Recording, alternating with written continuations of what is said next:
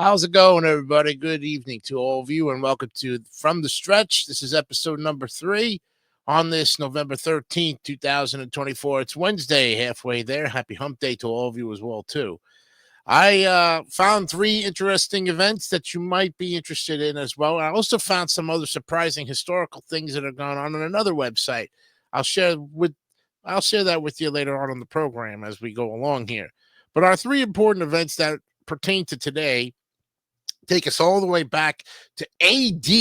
Get this, AD 354 AD, even before we even hit the thousands. It's a lot. I know, right? Going far back. The first one is the birth of the theological giant St. Augustine of Hippo. I kid you not. This guy was born in the land of Hippo. Hippo land. I mean, we really don't know where Hippo is, and I don't know if it's some kind of acronym or just, I don't know. But I thought it was interesting that this particular saint of the religious kind was born in an area where named after a hippo.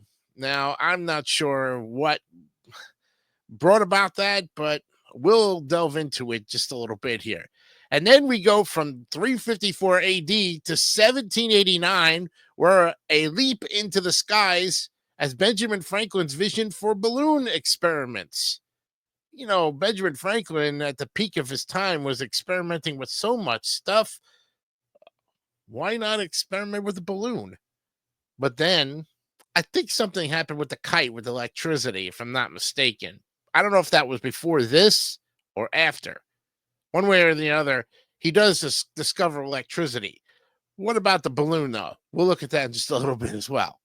And do you remember the movie Fantasia? Well, yes, the magic of animation. The premiere of Walt Disney's Fantasia premiered on this date back in 1940. We'll give you the rundown about that particular show, that movie, and how it's been around for over 80 years. Whew, been a long time. And I tell you, as much as Disney is going away from the classics, that's always going to be a classic. All right, we have our ticker ready to go. So let's start with the first of the 3, and that is the theological giant, the birth of the theological giant, I guess, St. Augustine of Hippo. Jesus. Yeah, I'm wondering about him. I worry about this guy very much. That's what he looks like. Huh. Doesn't really look like a hippo to me, and I don't know why. But anyways, let's go ahead and look at it and get it ready to go here. November 13th, 354 AD, St. Augustine of Hippo was born, marking the arrival of one of the most influential figures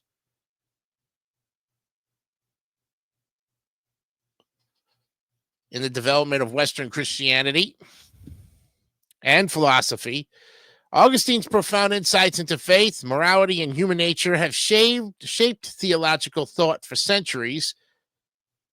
His seminal works, such as Confessions and City of God, continue to be studied and revered in religious and philosophical circles today, underscoring his enduring legacy. Well, he was born in Thagaste, a Roman province in North Africa, to a pagan father and a Christian mother, Monica. And despite his mother's Christian influence, Augustine's early life was characterized by a pursuit of worldly pleasures and intellectual exploration. And he studied rhetoric in Carthage, where he embraced a hedonistic lifestyle, engaging in various philosophical teachings, including Manichaeism, which combine elements of Christianity and dualism. His transformative moment came in 386 AD when Augustine experienced a spiritual awakening that led him to embrace Christianity. Now, this conversion was famously detailed in his Confessions, where he reflects on his sinful past and the grace that led him to faith. His journey from a life of indulgence to one of spiritual fulfillment serves as an inspiration for countless individuals grappling with their own struggles and beliefs. I guess he really wrote a lot in that time. Well, St. Augustine's theological contributions have had a profound impact on Christian doctrine and Western philosophy. In City of God, he addressed the relationship between Christianity and secular society, particularly in the context of the Roman Empire's decline. Augustine argued for the importance of divine grace and the sovereignty of God in human affairs, laying the groundwork for the development of Christian political thought. His writings on original sin, predestination, and the nature of God have influenced theologians throughout history, including Thomas Aquinas and Martin Luther. Augustine's exploration of the human condition, particularly his understanding of the tension between free will and divine grace, remains a central theme in Christian theology. His philosophical inquiries into the nature of time, memory, and reality have also contributed significantly to the field of philosophy. Well, his influence extends beyond theology and philosophy. He has shaped the practices and beliefs of countless Christian communities, and his ideas about the nature of God and the human experience have resonated through the ages, fostering a deeper understanding of faith and morality. Augustine's emphasis on the importance of inner reflection and the pursuit of truth has inspired generations of believers and thinkers. His feast day is celebrated in various Christian traditions, and his works continue to be studied in seminaries, universities, and religious institutions worldwide. The ongoing relevance of Augustine's thought is evidenced by its presence in contemporary discussions about ethics, social justice, and the nature of existence. The birth of St. Augustine of Hippo on November 13th, 354 AD, marks a significant milestone in the history of Western Christianity and philosophy. His journey from a life of excess to one of profound faith serves as a testament to the transformative power of grace. Augustine's enduring contributions to theology and his exploration of the human condition have left an indelible mark on Christian thought, ensuring that his legacy continues to inspire and challenge individuals seeking a deeper understanding of faith and existence. Wow. There's a guy who's got a lot of legacy, and it goes back all the way to 354 AD. Now, let's move on. Look at an event all the way to 1789 with Benjamin Franklin in the Vision for Balloon experiments. Yes. Taking a look at this one here. This date of 1783, the esteemed polymath Benjamin Franklin penned a letter to French scientist Jean-Baptiste Leroy, discussing the revolutionary idea of utilizing balloons for scientific experiments. This correspondence not only highlighted Franklin's keen interest in science and innovation, but also marked a pivotal moment in the early development of aviation technology. Franklin's exploration of ballooning opened the door to new possibilities for scientific inquiry and experimentation, laying the groundwork for future advancements in flight. No wonder why he's on the $100 bill. Well, he was not only a founding father of the United States, but also a prolific inventor and scientist. His curiosity about the natural world and his desire to understand its mysteries drove him to explore various scientific fields, including electricity, meteorology, and fluid dynamics. In his letter to Leroy, Franklin expressed his enthusiasm for the potential of hot air balloons, which were becoming increasingly popular in Europe following the Montgolfier brothers pioneering flights earlier that year. And Franklin proposed that balloons could be used for more than just novelty. He envisioned them as tools for scientific experimentation. His ideas included the possibility of using balloons to study atmospheric conditions, explore the upper reaches of the atmosphere, and even deliver messages or small objects. This forward-thinking approach demonstrated Franklin's belief in the power of science to push the boundaries of human knowledge and capability. Now we know why he's on the $100 bill. The impact on aviation development and his correspondence with Leroy was significant not only for its content, but also for its timing. The letter came at a moment when ballooning was capturing the public's imagination and sparking interest among scientists and inventors. The success of the Montgolfier brothers' first manned flight in a hot air balloon in June of 1783 had already set the stage for further exploration of this new technology. Now, Franklin's insight contributed to a growing movement that would eventually lead to the development of various balloon designs and experiments. His encouragement of scientific experimentation using balloons inspired others to consider their practical applications in transportation, reconnaissance, and exploration. And the principles discussed in Franklin's letter laid the groundwork for the advancements that would follow in both hot air and gas balloon technology, eventually culminating in the era of heavier than air flight. Also, too, the exchange between Franklin and Leroy represents a significant intersection of science, innovation, and international collaboration. It reflects the spirit of inquiry that characterized the Age of Enlightenment, during which thinkers across Europe and America sought to expand human understanding through observation and experimentation. Now, Franklin's approach to science was inclusive and forward-looking, and his ideas regarding ballooning have resonated through history. The legacy of Franklin's vision can be seen in the continued evolution of aviation technology. Today, balloons are not only used for recreational purposes, but also play essential roles in scientific research, such as atmospheric studies and weather monitoring. Moreover, Franklin's advocacy for the scientific method of experimentation has influenced countless fields, encouraging future generations to explore and innovate.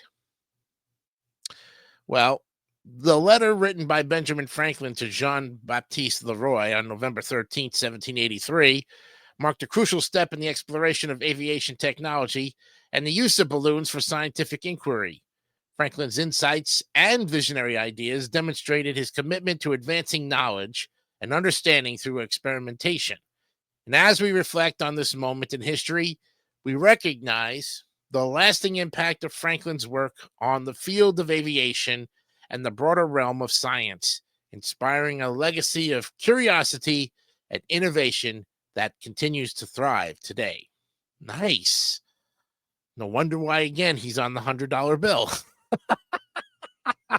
I say that religiously because it's true. With his knowledge and everything, I guess he really captured the fact that the higher you are on a denomination of money, the more powerful your brain is. But then again, George Washington was a brain too. He was a general and all that, and yet he's only on the $1 bill. I think George Washington needs to be on the $100 bill, and Ben needs to be on a higher bill than that. But then again, who am I to judge what denomination a president or Ben Franklin wasn't even a president. He was just a very influential person in politics and history and experiments and science. So he had, like I said, he had a say in everything that went on around the United States of America at that time frame. He'll go down in history as one of those who really did explore a lot and give us a lot to look forward to. Now let's focus on 1940, where this movie had a very influential impact on today's generations as much as it did when it came out in 1940. The premiere of Walt Disney's Fantasia. Yes. Well, today, on this date in 1940, Walt Disney's groundbreaking animated film Fantasia premiered, captivating audiences with its unique blend of classical music and stunning visuals. This ambitious project was unlike any animated film that has come before it, setting a new standard for creativity and innovation in the animation industry. Fantasia has since become a timeless classic celebrated for its artistic achievement moments and its ability to transcend traditional storytelling.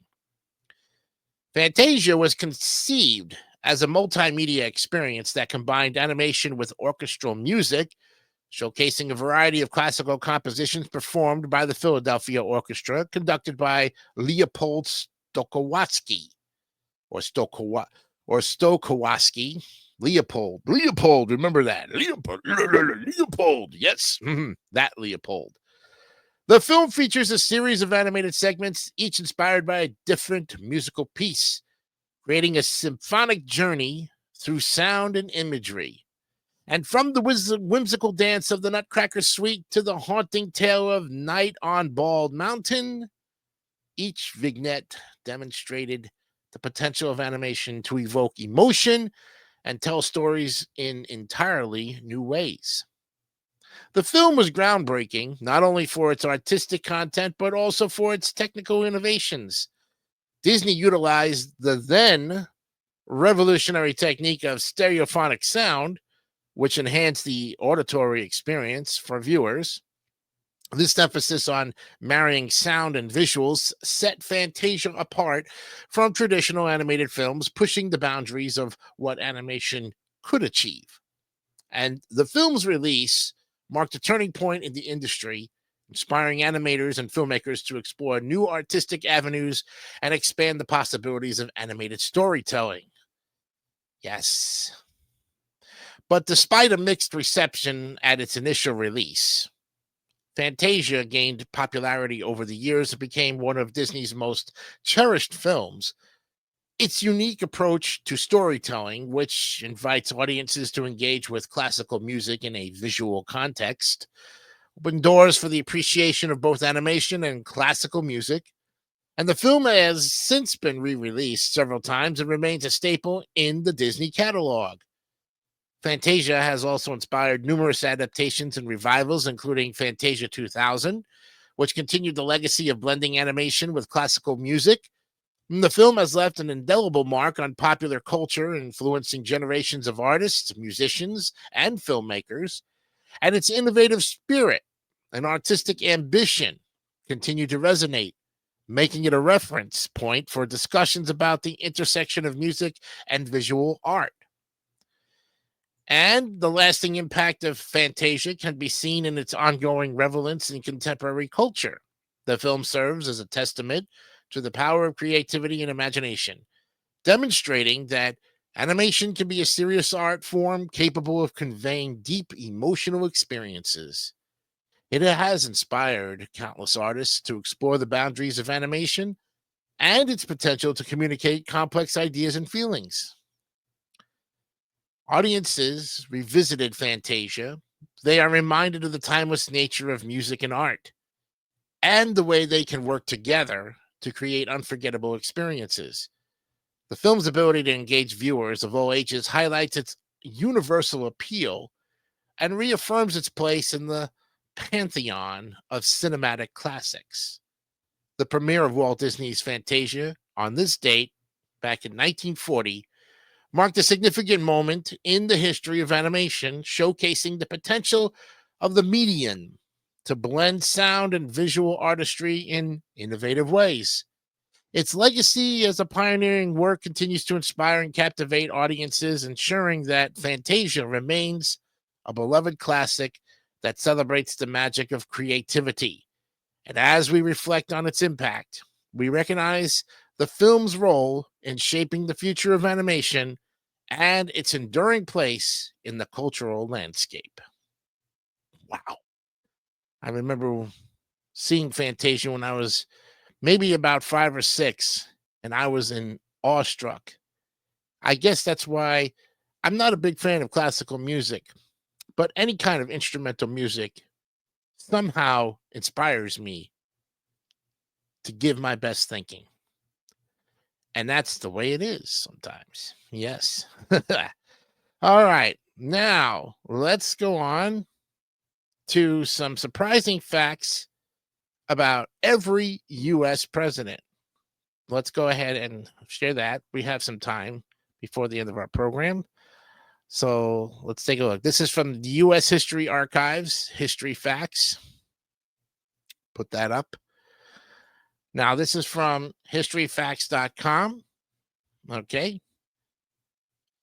And as we go here, now, between 1789 and today, 45 people have served as president of the United States, and during their time in office, as well as throughout their lives before and after the presidency, these leaders saw accomplishments and setbacks that shaped the nation in ways both big and small. Some of these stories have gone down in history, while others, such as George Washington's time as a whiskey distiller, or Franklin Delano Roosevelt's pioneering foray into television, are less well known. Here are some surprising and fascinating facts about every U.S. president in history, and you can see the photo is credited by John Grine. Let's go ahead and read more about the facts of the presidency. So,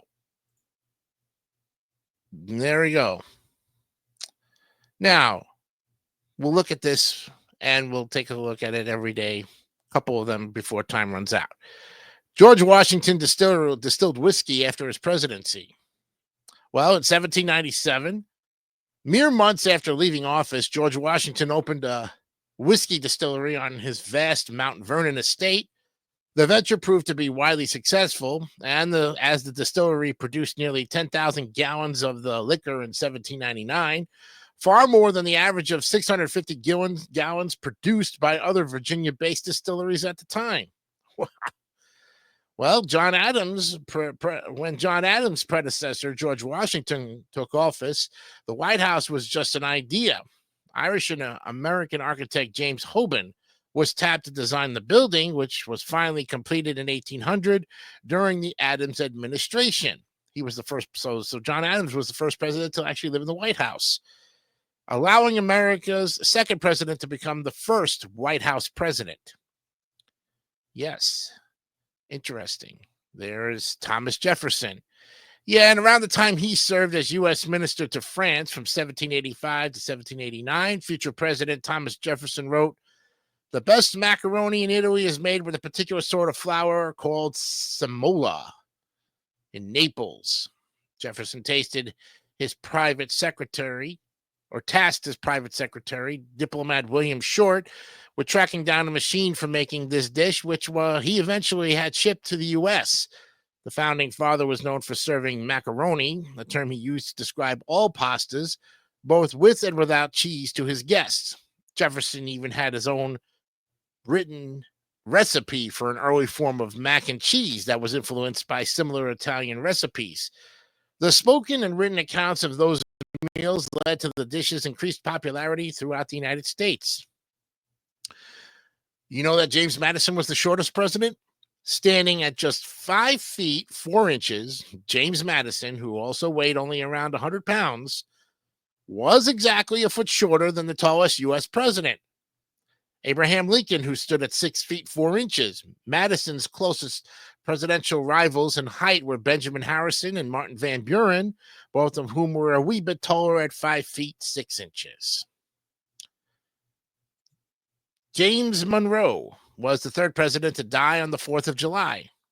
In an eerie coincidence, 3 of the first 5 U.S. presidents passed away on the anniversary of America's birth. Both John Adams and Thomas Jefferson died on July 4th, 1826, while James Monroe passed away on Independence Day in 1831.